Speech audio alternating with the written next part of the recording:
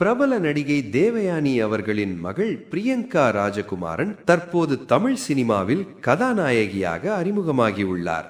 90களில் தமிழ் சினிமாவின் முன்னணி நடிகையாக விளங்கிய தேவயானி இயக்குனர் ராஜகுமாரன் அவர்களை திருமணம் செய்து கொண்டார்.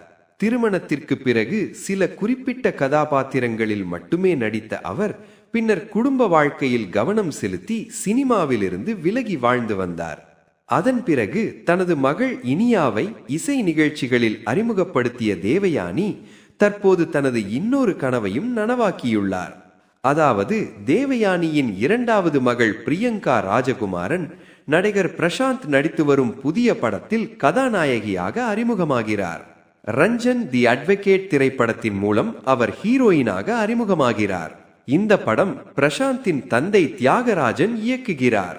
இந்த படம் தெலுங்கில் வெற்றி பெற்ற கோர்ட் ஸ்டேட் வர்சஸ் அ நோபடி திரைப்படத்தின் தமிழ் ரீமேக்காக உருவாகி வருகிறது. பிரசாந்தின் பிறந்த நாளை முன்னிட்டு இந்த அறிவிப்பு அதிகாரப்பூர்வமாக வெளியிடப்பட்டது. இந்த படத்தில் தயாரிப்பாளர் கதிரேசனின் மகன் ஹரியும் முக்கிய கதாபாத்திரத்தில் அறிமுகமாகிறார்.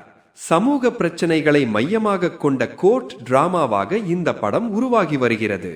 சட்டம் மற்றும் அதிகாரம் தவறாக பயன்படுத்தப்படுவது குறித்து வலுவான கருத்தை இந்த படம் வெளிப்படுத்தும் என எதிர்பார்க்கப்படுகிறது.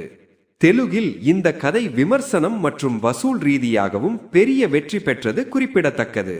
மேலும் இந்த படத்திற்கு ஜி.வி. பிரகாஷ்குமார் இசையமைக்க ஒளிப்பதிவை ரவி யாதவ் மேற்கொள்கிறார். தற்போது இந்த படத்தின் படப்பிடிப்பு வேகமாக நடைபெற்று வருகிறது. முன்பு அப்பு படத்தில் தேவயானியுடன் நடித்த பிரசாந்த் தற்போது அவருடைய மகளுடன் ஒரே படத்தில் நடிப்பது ரசிகர்களிடையே பெரும் ஆச்சரியத்தை ஏற்படுத்தியுள்ளது. இதன் மூலம் தனது மகளை சினிமாவில் கதாநாயகியாக பார்க்க வேண்டும் என்ற தேவயானியின் நீண்ட நாள் கனவு தற்போது நனவாகியுள்ளது.